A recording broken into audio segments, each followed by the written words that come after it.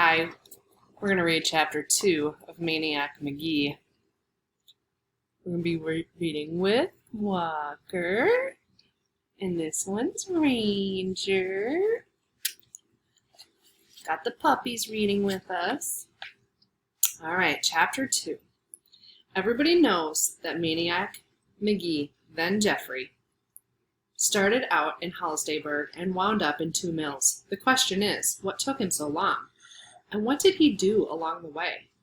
Sure, 200 miles is a long way, especially on foot, but the year that it took him to cover, it was about 51 weeks more than he needed, figuring the way he could run, even then.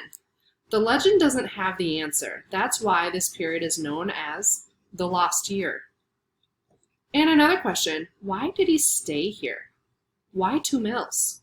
Of course, there's the obvious answer that sitting right across from Schuylkill is Bridgeport, where he was born, yet there are other theories. Some say he just got tired of running. Some say it was the butterscotch crumpets. And some say he only intended to pause here, but that he stayed because he was so happy to make a friend. If you listen to everybody who claims to have seen Jeffrey Maniac McGee the first day, there must have been 10,000 people and a parade of fire trucks waiting for him at the town limits. Don't believe it. A couple of people truly remember. And here's what they saw. A scraggly little kid jogging towards them, the soles of both sneakers hanging by their hinges and flopping open like dog tongues each time they came up from the pavement. But it was something they heard that made him stick in their minds all these years. As he passed them, he said, "Hi," just that, "hi," and he was gone. They stopped, they blinked, they turned. They stared after him, they wondered, do I know that kid?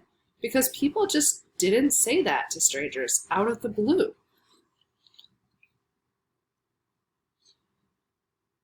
And there's Luke. Wave, Luke. You gonna wave? No? Okay.